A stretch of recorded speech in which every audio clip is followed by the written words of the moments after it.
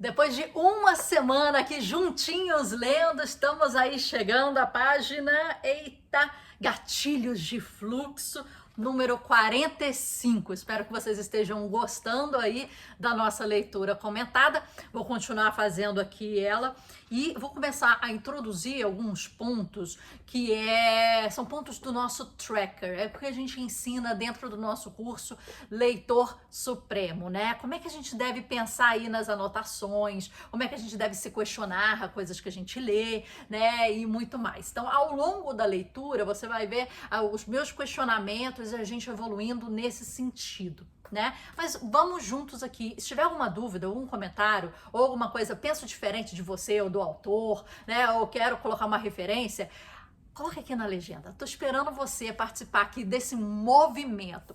Então vamos lá, A Arte do Impossível, continuando, página 45, Gatilhos de Fluxo. Mihaly Csikszentmihalyi é considerado o patrono da psicologia do fluxo.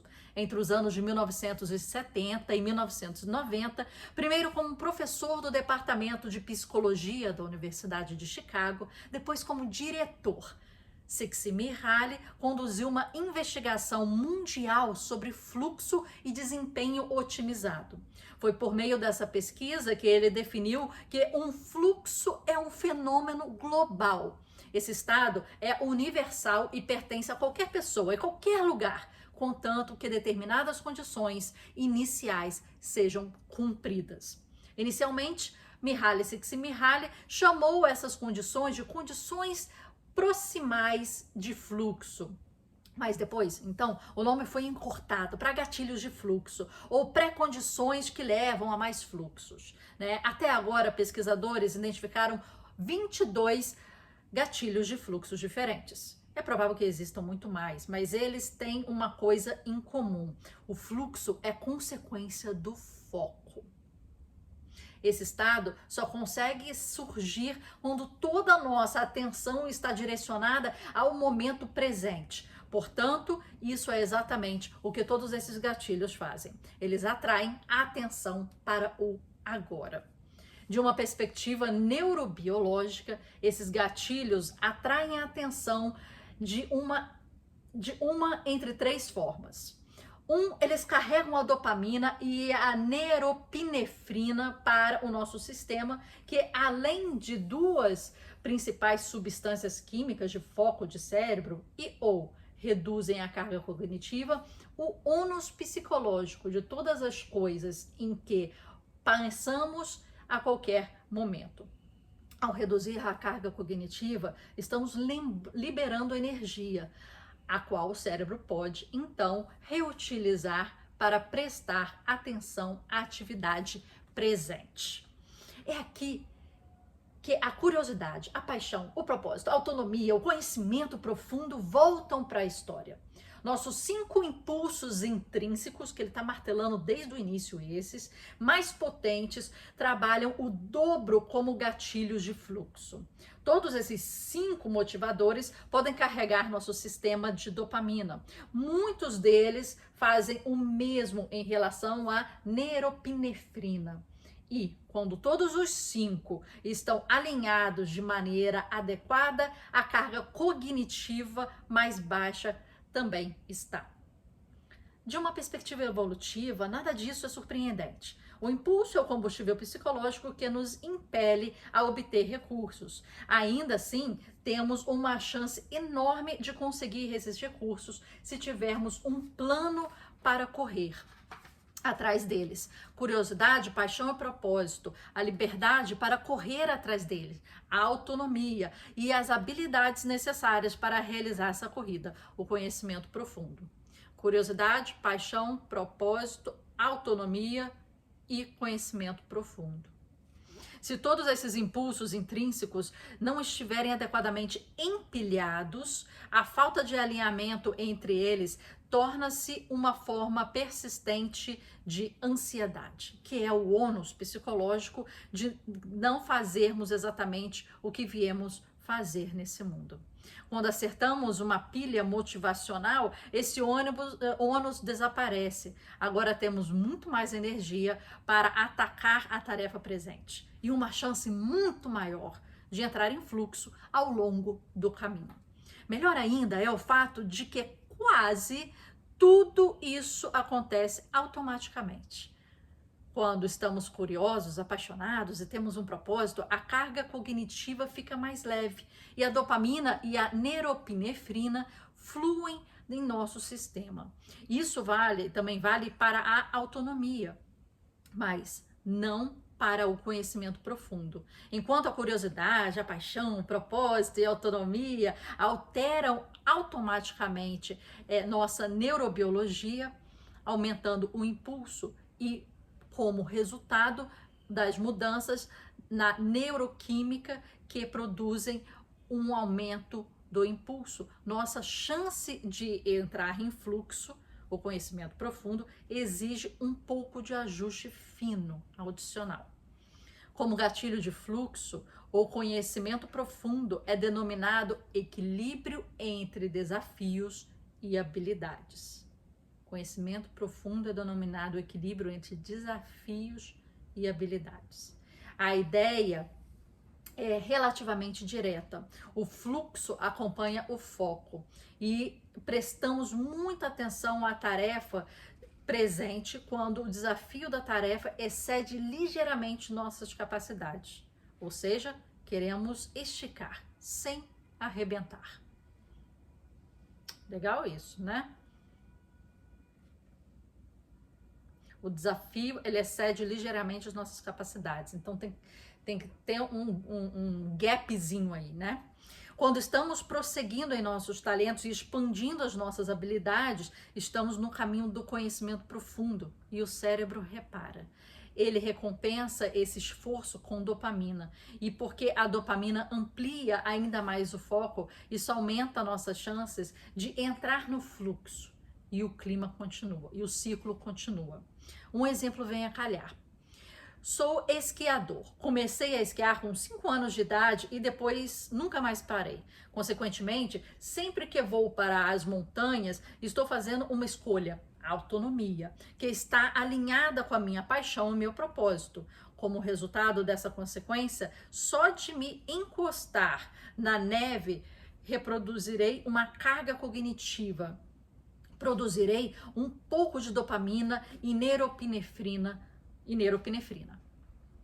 Quando saio para esquiar, se decido explorar uma parte da montanha que nunca vi antes, terei colocado a curiosidade em cima de outras motivações e acrescentado um pouco mais de neuroquímica à equação. Mesmo que ainda não esteja no fluxo, boa parte da minha atenção está focada na tarefa presente, que é esquiar, para me mover em direção certa, para me alçar em direção ao topo. E o que preciso fazer é algo que me leve ao ponto ideal das habilidades desafiadoras. Eu poderia ir ao parque de neve e começar a praticar um truque novo, talvez. Ou encontrar aquela rampa íngreme e estreita que durante minha última viagem exigiu 5 turnos de esquis. E dessa vez tentar fazer um 4º turno. Fazendo uma coisa ou outra, subia um pouco o nível de desafio e meu cérebro recompensou esse esforço de risco com ainda mais dopamina. De uma hora para outra, há neuroquímica suficiente em meu sistema para me lançar no fluxo. No entanto, a história não acaba aqui. Esse estado em si produz uma cascata ainda maior de neuroquímica de prazer. Assim, meu amor profundo por esquiar se aprofunda ainda mais. E uma próxima vez eu vou para as montanhas. Meu desejo de repetir essas ações, de tentar aprimorar ainda mais minhas habilidades, se ampliará de maneira significativa, sem nenhum esforço extra necessário. Se eu fizer isso algumas vezes seguidas, o que costumava exigir energia, empenho, começa a acontecer de forma automática. Buscar um ponto ideal de habilidades desafiadoras virou um hábito. Agora estou percorrendo automaticamente o caminho rumo ao conhecimento profundo, que é também o único caminho que pode nos levar ao impossível. Olha que legal. Sempre se desafiar. É uma coisa que você não sabe fazer. É um algo a mais. É dar aquele stretch, né? Aquela, como é que ele fala aqui? Esticar aquela linha sem arrebentar, né? Vocês estão ouvindo? Tá chovendo pra caramba agora. Começou uma chuva imensa. Por fim, tudo isso se traduz em conselhos extremamente práticos. Para aproveitar, de fato, o conhecimento profundo como um motivador, pegue os 15% da sua vida que escolheu para si mesmo, chame-o de momento de autonomia e gaste-o em busca de equilíbrio entre esses desafios e as habilidades, tentando se aprimorar um pouco em maneira que esteja alinhado com sua curiosidade, paixão e propósito. Comece perseguindo o último do aprimoramento suplementar. Vicie-se no ciclo de progresso da dopamina. Tente melhorar um pouco hoje. Depois, tente melhorar um pouco amanhã. E repita, e repita, e repita. E a esse respeito, não há escolha de fato. Minha gente, não há atalho. Essa que é a questão. Eu acho que vários livros falam a mesma coisa. Não há atalho. Não há.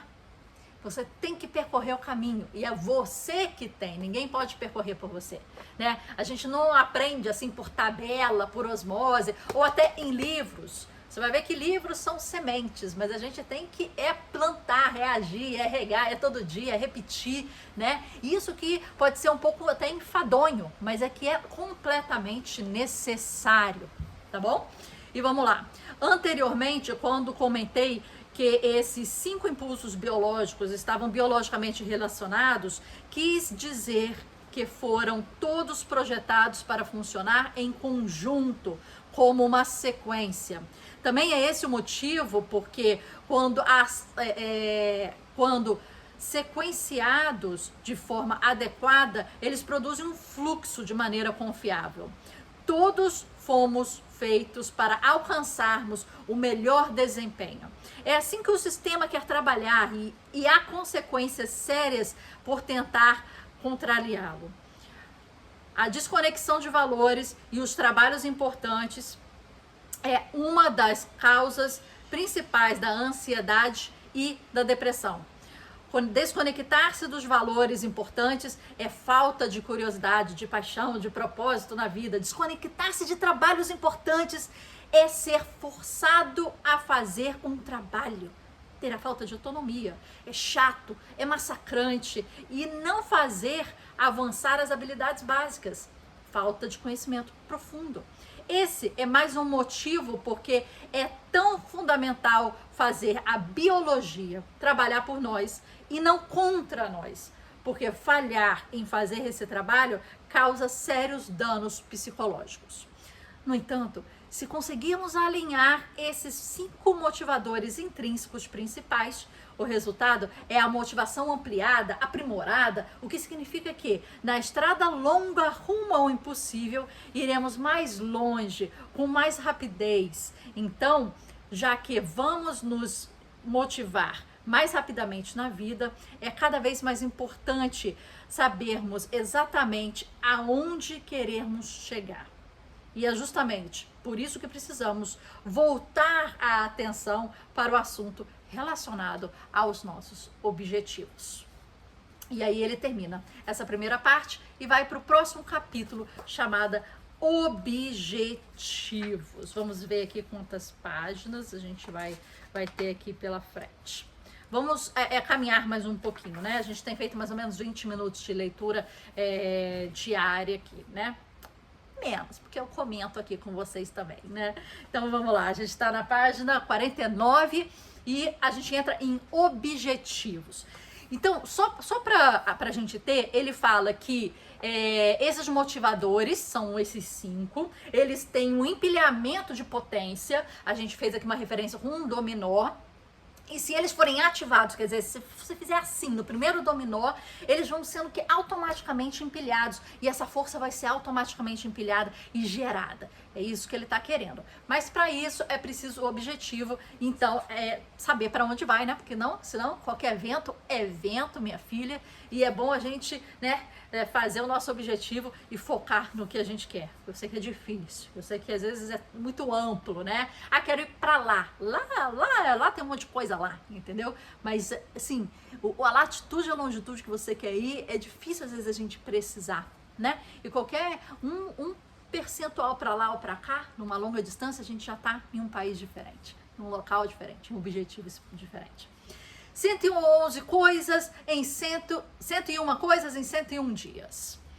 Se impulsos intrínsecos têm a ver com criar a energia psicológica necessária para nos fazer seguir adiante, os objetivos nos dizem exatamente aonde queremos ir. No capítulo 1, começamos o processo de identificação dos nossos objetivos quando criamos nosso próprio propósito maciçamente transformador. E o que poderia ser considerado uma missão de vida para nós? Nesse capítulo, queremos separar essa missão de vida em partes menores, dividindo o impossível em uma longa série de objetivos difíceis. Porém, factíveis e que, se realizados, deixam um pretenso impossível algo mais provável. Então, é aquela máxima, né? Você tem objetivo, você reduz. Você tem um bolo grande, você come por garfadas. É isso. Não vai dar para devorar o bolo inteiro que você passa mal. É tipo, trate por partes, igual o Jack, o Estripador. Então, vamos lá. Essa ideia não é nova. Não é nova, minha gente.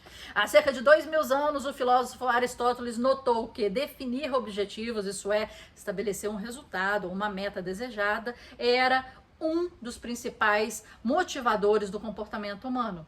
Ele denominava os objetivos uma das 4 causas fundamentais aos grandes impulsos de mudança do mundo. Foi um insight inovador, mas que levou muito tempo para entendermos.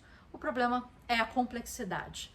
Por mais simples que a ideia de definir metas possa parecer, encontramos problemas nos detalhes. O que as pesquisas mostram é que nem todo objetivo é o mesmo, nem todo objetivo é apropriado para todas as situações e, o mais importante, que o objetivo errado na situação errada pode prejudicar seriamente o desempenho e o fato, reduzir a produtividade e a motivação.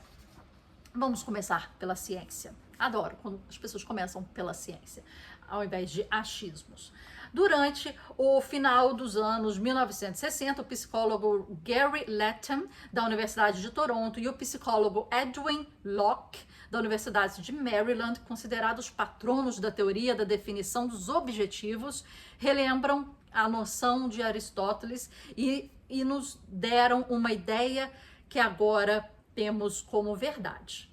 O estabelecimento de um objetivo é uma das maneiras mais fáceis de aumentar a motivação e melhorar o desempenho.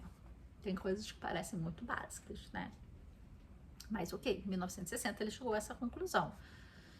Agora parece senso comum, minha gente, né? Escreve no papel, bota de... né? Maria, vamos lá. Na época, porém, essa foi uma grande descoberta surpreendente. Na época, vamos lá. Latham e Locke abordaram esse assunto em termos organizacionais. Um pouco mais interessante. Eles estavam interessados no que as empresas poderiam fazer para motivar funcionários a trabalharem com mais afinco. Antes de 1960, o consenso era que funcionários felizes eram trabalhadores produtivos. Assim, quando os funcionários mais estressados ao estabelecer objetivos de desempenho, ou seja, metas, era considerado ruim para o negócio. Mas Latham e Locke fizeram algo que nossos teóricos não fizeram. Conduziram experimentos. E a ideia de que mais estresse era sinônimo de menos trabalho definitivamente não foi o que os seus dados revelaram. Latham e Locke começaram pelos lenhadores, um grupo ferozmente independente de sujeitos de pesquisa.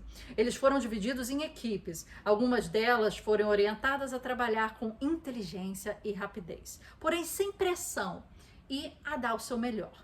Outras receberam cotas, uma quantidade X de madeira para uma boa semana de trabalho, uma quantidade Y para uma ótima semana de trabalho. É importante observar que não houve recompensa financeira.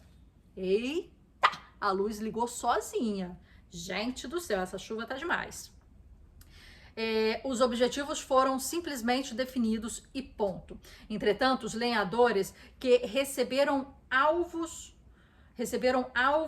em que mirar por diversas vezes, acabaram juntando muito mais madeira do que o grupo de controle. E não apenas os lenhadores, as dezenas de estudos que outras dezenas de áreas, Locke e Latam, descobriram que definir metas aumentava o desempenho e a produtividade entre 11% e 25%. Esse aumento é demasiadamente extraordinário. No fim das contas, se temos como base uma jornada diária de 8 horas, é como conseguir do nada 2 horas a mais simplesmente ao construir uma estrutura mental. Isso é uma meta em torno da atividade.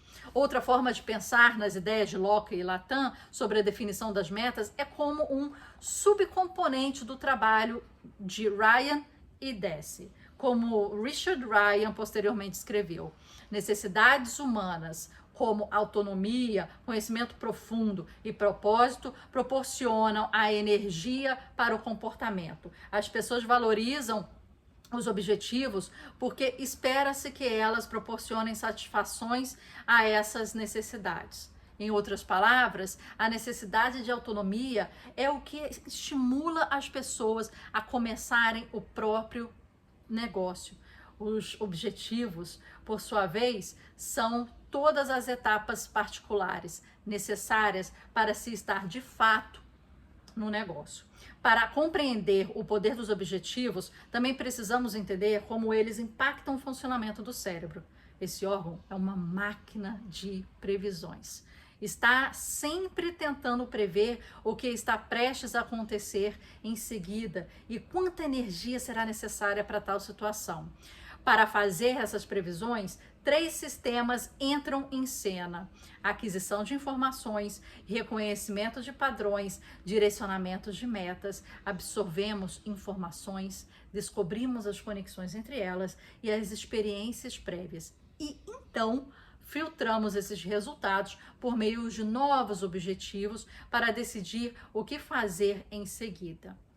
Uma vez que decisão é ação e ações requerem energia, quanta energia exatamente? E isso é justamente o que o cérebro está sempre tentando prever.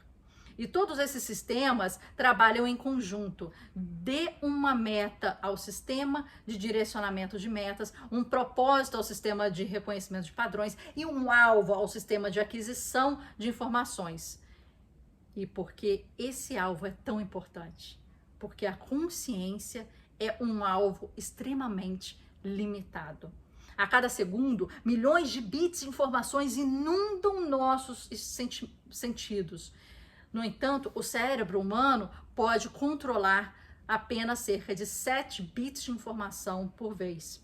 E o tempo mais curto que ele leva para discriminar um conjunto de outro é 1/18 de segundo. Usando esses números, como Mihaly Csikszentmihalyi explicou no Flow, que é fluxo, aquele livro, conclui-se que é possível processar no máximo 126 bits de informação por segundo. Não é tanta informação assim. Entender o que outra pessoa está falando leva cerca de 40 bits. Se há 3 pessoas falando ao mesmo tempo, alcançamos o limite. Todas as outras informações que surgem são invisíveis para nós, mas não é apenas o que as outras pessoas estão falando que passa batido. A imensa maioria de tudo o que acontece no mundo se encaixa nessa categoria. O sistema está constantemente sobrecarregado, portanto, a maior parte da realidade é constantemente invisível. Muita coisa do que permanece visível é tão somente o que nos assusta. A evolução moldou o cérebro para sobreviver, portanto, qualquer ameaça de sobrevivência sempre prende a nossa atenção. Mas o que é mais importante para sobrevivermos? Nossos objetivos e qualquer coisa que nos ajude a atingi-los. porque o cérebro é uma máquina de previsões e a consciência é um recurso limitado. Medos e objetivos são os blocos de construção básicos de nossa realidade. Essa é a neurobiologia de base. Mas o que Deci e Ryan descobriram é que existem uma ordem nesse processo. Porque os objetivos sejam mais... Para que os objetivos sejam mais eficazes na formação da percepção, há uma primeira etapa necessária. Precisamos conhecer nossas necessidades, isso é, as motivações intrínsecas, antes que possamos utilizar os objetivos como uma forma de preencher essas necessidades. É por isso que esse livro começou por onde começou, com a paixão e o propósito por cima da autonomia e o conhecimento profundo. Agora estamos prontos para tirar máximo proveito da definição de objetivos. No entanto, como Lacan me disse uma vez, nem todo objetivo é o mesmo. Descobrimos que se você quer um aumento considerável de motivação e produtividade, os objetivos grandiosos levam a resultados melhores. Os objetivos grandes superam significativamente os pequenos, os médios e os vagos. Grandes objetivos. Esse é o segredo. Mas o que é exatamente um grande objetivo? Página 52, a gente continua no próximo vídeo. Eu acho que esse aqui foi bem legal, mas foi bem, assim, pontual, né? A gente está definindo, a gente sabe que ele começou por sentimentos intrínsecos que autogeram uma tração de energia, né? E são aqueles 5 apontados por ele. Vou colocar aqui embaixo listados para a gente ir anotando e fixando. Mas ele começou daí porque é a partir daí que a gente define os nossos objetivos, né? E aí ele fala que não tem que ser um objetivo comum, tem que ser um grande objetivo. E aí ele traz aí a questão do desafio, né? Ele tem que ser, você tem que dar uma esticadinha nessa corda, né? Ele tem que ser quase, né, impossível, mas quebrando ele como fatias de bolo e degustando em pequenas partes, ele torna de repente o impossível em factível, somente muito difícil. Então, acho que amanhã a gente vai começar a ver outras coisas relacionadas, né, a isso, né? O objetivo, um grande objetivo e as importâncias de objetivos elevados e difíceis. Ficamos na página 52. Até amanhã.